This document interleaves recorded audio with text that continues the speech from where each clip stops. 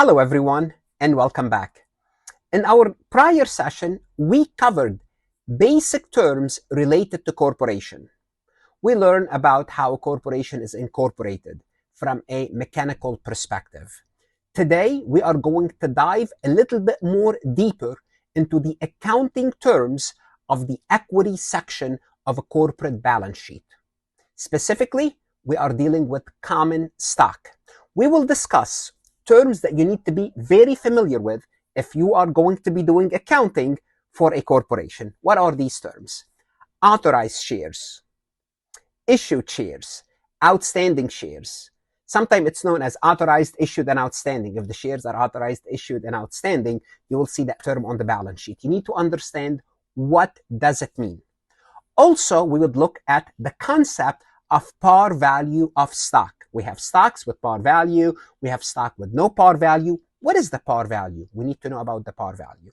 Also, we need to differentiate between the par value and briefly talk about the market value of a stock. The market value is how much is the company worth in the market. It's a market valuation. We will also touch upon other equity accounts that go hand in hand with common stock. What are these accounts? Well, paid-in capital, additional paid-in capital, or capital surplus. They all go by different names, but they're the same thing. Also, we will briefly review what retained earnings is, because retained earnings, common stock, and paid-in capital, they're all part of the equity section of the balance sheet for a corporation. And to solidify our understanding, we will conclude with a multiple choice questions from Farhat lectures. Let's go ahead and dive deeper into this important topic that will set the ground for actual accounting transaction. Let's get started. Before we proceed any further, I have a public announcement about my company, farhatlectures.com. Hello, my name is Farhat. You are here because you are either an accounting student, a finance student, or someone who's studying for their CMA or CPA exam. Great. You are looking for some additional help, and we can help you. I strongly encourage you to visit my website, farhatlectures.com. I offer additional lectures, resources, including PowerPoint slides, multiple choice questions, in some circumstances, exercises, and true-false questions. Our material is aligned with your CPA review courses, with your CMA review courses, with your college courses. I offer a risk-free trial that you can try to find out whether my website can help you or not. If you find it helpful, you subscribe, you keep your subscription. If not, you cancel and your risk is free. If you like this recording, if you like my lectures, you would like what's on the website, give me a chance to help you with your college courses as well as professional certification. I hope to see you on the website. Starting with authorized versus issued and outstanding shares. So it's very important, as we mentioned, to understand some basic terms that would appear in the equity section of the balance sheet. So we need to know what's authorized shares versus authorized, issued, and outstanding. Starting with the authorized shares. If you remember from the prior session, we stated that when the company incorporate, they can request how many shares they want to issue. They want to authorize to issue. So the state give you the permission to issue. You can ask for 1 billion, you can ask for 1 million, you can ask for 1,000, you can ask for any number of shares you want to authorize. It does not make a difference. But this is the maximum number of shares a company is allowed to issue. Now, they can go back and they ask for more. That's fine. Or you can ask for a lot from the beginning, or you can ask for 10 shares to be issued. It's up to you. It doesn't make a difference. Let's assume I can say I want 1 share for my company. That's the only 1 share authorized. Or I can say I want 10 million shares and they're all in my name. It does not matter. I own 100% of the company. But if I want to sell some of my shares, obviously I don't want to issue 1 share. I want to issue 10 million shares. So it does not matter. It's what you requested the state to authorize you. For example, a company could authorize to issue 250 million shares. So this large circle, the outside circle, this is the authorized, which is 250 million shares for the sake of this example. Now, once the shares are authorized, the next thing the company would do is issue the shares. These are the shares that the company has already sold to investors out of the authorized number. Any shares sold to the public are considered issued. So of those 250 million, let's assume the company sold 90 million, this inside circle. Those are issued. In addition to issued, we say issued and outstanding. They go hand in hand, issued and outstanding, and we're going to see why we say issued and outstanding. Generally, issued and outstanding shares are the same unless the company buys back some shares, some of its own shares, making them treasury shares. For example, of those 90 million, the company might buy back few thousands or few millions. If that's the case, they're no longer outstanding. Outstanding means they're in the hands of someone outside the company. But for the sake of simplicity, for this company, the company is authorized 250 million shares. Of those, 90 millions are issued and outstanding. It means the 90 million are being held by someone outside the company. Now I will show you an actual balance sheet specifically for NVIDIA stock, NVIDIA company, to show you how it works. When when we have treasury stock, when this happens, the number of outstanding shares will be lower because some of the shares will be held by the company. We're not going to work treasury stocks, we're going to keep it simple. So if the company sells 90 million shares out of 250 authorized, the remaining shares stay in the treasury. So if we take 250 minus 90, if my math is right, we still have 160 million shares that basically have not been born yet. They're just still with the company. They can issue at any time. Okay? So this is so you're saying, what do we call the 160 million? Just simply unissued. They're still with the company. Now to show you how it works, I'm going to look at the NVIDIA equity section, and I'm looking specifically at their common stock right here. The shares authorized is 8,000. I believe those are in millions. 8 million shares. That's how much they want authorized. Let me highlight those in yellow. Highlight. 8 million shares. Of those, 2.4 million or almost 5 million shares are issued and outstanding. This is as of 2024, and for the prior year, 2.466. So they kind of retired some shares. It doesn't very few numbers. But this is what we mean by the company will have to show how many of their shares are authorized and how many of those authorized are issued and outstanding.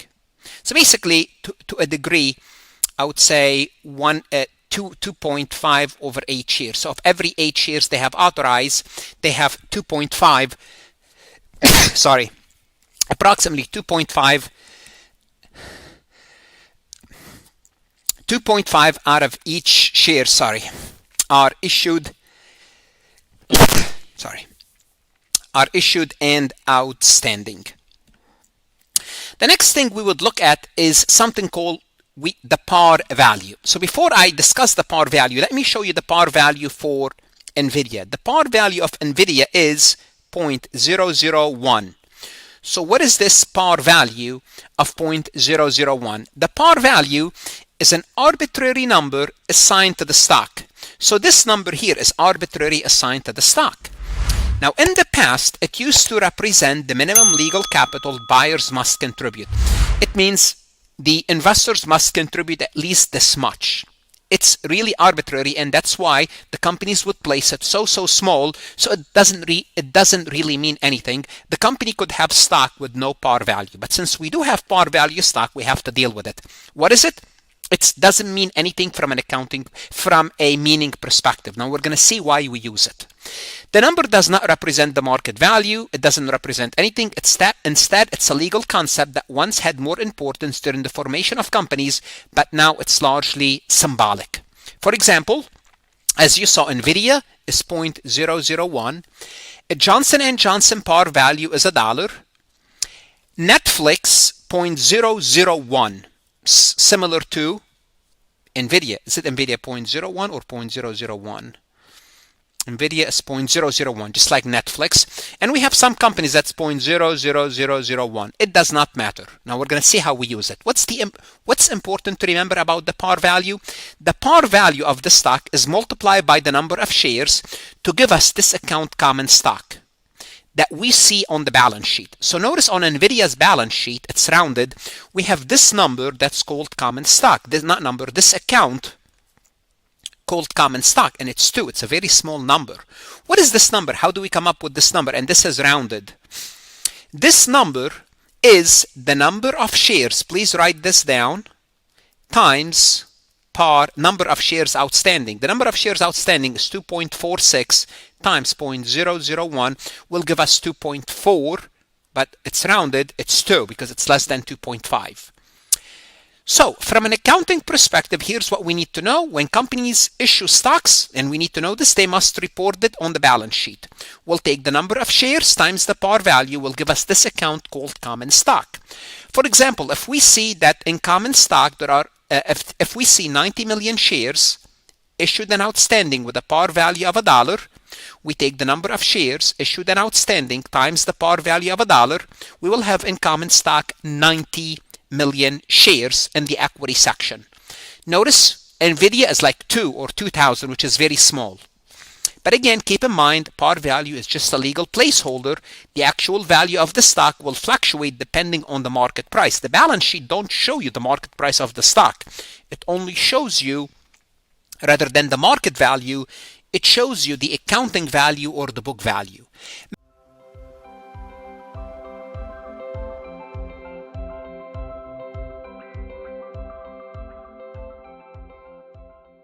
Matter of fact, the market value of the stock is the stock price that's bought and sold at the market, influenced by factors like future income, dividend, growth potential, broader economic trend. So the stock price of NVIDIA is depending on the market price. The market price of previously issued shares don't affect the corporation stockholders' equity because the market price could go up, could go down. It has nothing to do. The common stock on the balance sheet will stay the same. For example, common stock for NVIDIA now, today when I took the snapshot, was 116.07 as of September 20th. The close of September 20th, exactly 116, exactly $116. And this is for what company? NVIDIA Corporation. And the stock notice would go up and down throughout the day. This is the graph for one day. At some point it was 116.25, went down to 116, closed at 116. At some time during the day it was 118.62. The 52-week high and low, well, there's some data here. It shows you 52-week low was 39, 52-week high was where's the high? 140.76. So the stock price go up and go down. That's the market price. It has nothing to do with the common stock that's listed on the balance sheet. Going back to the par value, we talked about the par value.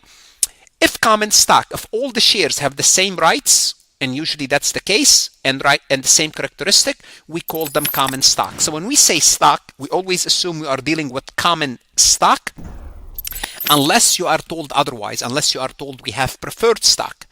Some corporations authorize both common and preferred stock, but only issue common stock. Let's look at NVIDIA and see what NVIDIA has. If we look at NVIDIA's equity section, let's go back and look at that.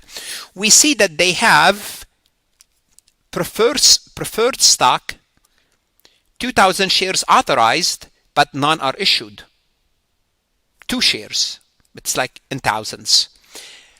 So that's all what we have to know, that we do have other classes of stock, preferred stock. We're going to have a whole session for this. If we are not told anything, we assume we are dealing with common stock. The par value is predetermined value. For example, Coca-Cola, the par value is quarter. We could have stocks with no par value. This type of stock does not have a par value and does not require a minimum legal capital contribution, which is meaningless. In addition to the par value, some states use stated value. Stated value and the par value are the same. Stated value stock is a form of no par value stock where the corporation assigns a stated value, establishing a minimum legal capital. Just think of it as a different terminology. Par value, stated value, no par value does not influence the market price. These are just accounting terms that we use. Remember, when we say stated value and par value, from an accounting perspective, they are the same, which is take the number of shares times the par value, take the number of shares times the stated value, and they both give you which account? Common stock. Now, when we look at the equity section of any company, the largest three components are common stock, paid-in capital, and retained earnings. Before we look at those, I want to show you NVIDIA balance sheet one more time. If we look at NVIDIA's balance sheet, it's composed of common stock, additional paid-in capital, something we called accumulated other comprehensive income or loss, and retained earnings. So the largest three components are retained earning, additional paid-in capital, and common stock. Hold on a second. Isn't accumulated other comprehensive income greater than common stock? It's not. Why? Because common stock and paid-in capital, those are the same, and you're going to see why. Those two are the same. We just split them. We're going to see why we split them later on, but they're the same. So they're way larger than 27. So that's why. So let's go back and look at the equity section from a grand perspective. If we look at the equity section, the largest two are paid-in capital, which is represented by common stock and additional paid-in capital. Those two are the same. Those represent what the investors invested in the company. So paid-in capital, those two are called contributed capital or paid-in capital. Paid-in capital, PIC, or contributed capital. It means contributed money by the shareholders. PIC or contributed money. This is what the investors invested in the company. Now, investors will pay more than the par value. Remember, the par value is 0.001. So the par value, if we take the number of shares times the par value, this is the number that we put in common stock. Any amount in addition to the par value, it sits in additional paid-in capital. So if we sold one stock for $12, okay, let's start with this simple example. If we sold one stock for $12, from a T account perspective, we received cash $12. What do we credit? Well, this stock has a par value of 2, and it's only one stock. $2 times $2 par value times one stock will give us $2 in common stock. Now, anything that we receive in addition to the par value is paid-in capital, 12. A 10, which is 10 plus 2 equal to 12. So this $12, $2 of it is common stock, $10 of it is paid-in capital or APIC, additional paid-in capital. So notice it's the money contributed by the investors. So let's assume the company, this particular company, does not have a par value. What does that mean? It means we received cash of $12 and the whole thing will go into common stock. We will not have additional paid-in capital.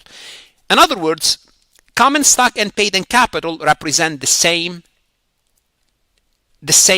business activity, which is money contributed by the investors, by the shareholders, by the capital contributors. So this is one of two large component of the equity section of the balance sheet. What's the remaining section? Retained earnings. Retained earnings are accumulated profit that the company kept over the years instead of distributed them as dividend to shareholder. So what's retained earning? When the company start day one, they have 0 retained earnings. By the end of the year, if the company makes a profit, it means they have net income. Net income increase retained earnings. Let's assume they had $100 in profit. So this is net income. Net income increases retained earning. Also, at the end of the year, the company decided to pay $20 out. Dividend. Dividend, reduce retained earning. Now we have $80 in retained earnings. Then we wait for year 2. Then we increase retained earning with net income. We reduced it by dividend. Also, if we have a net loss, retained earning is reduced. So retained earning increase when the company earns a profit and decrease when the company either post a loss, which is a net loss, or issue dividend. Now, there are other things that affect retained earnings. Don't get me wrong. We're going to look at them separately later on in more advanced courses. Actually, we would look at one other activity that affects retained earnings later on when we look at the treasury stock. But if I ask you now, what affect retained earnings? 3 accounts: net income, increase retained earning; net loss, reduce retained earning; dividend, reduce retained earnings. There are other things that affect retained earnings, but mainly it's supposed to be those accounts. Treasury stock does. Errors, fraud will affect retained earnings as well. Let's take a look at this multiple choice question from farhatlectures.com. Which of the following refers to the number of shares that a corporation charter allows it to sell? Well, is it outstanding stock? Is it authorized stock? Is it issued stock? Or is it common stock? You need to be familiar with all 4 terms. But the question here is, when we look at the charter of...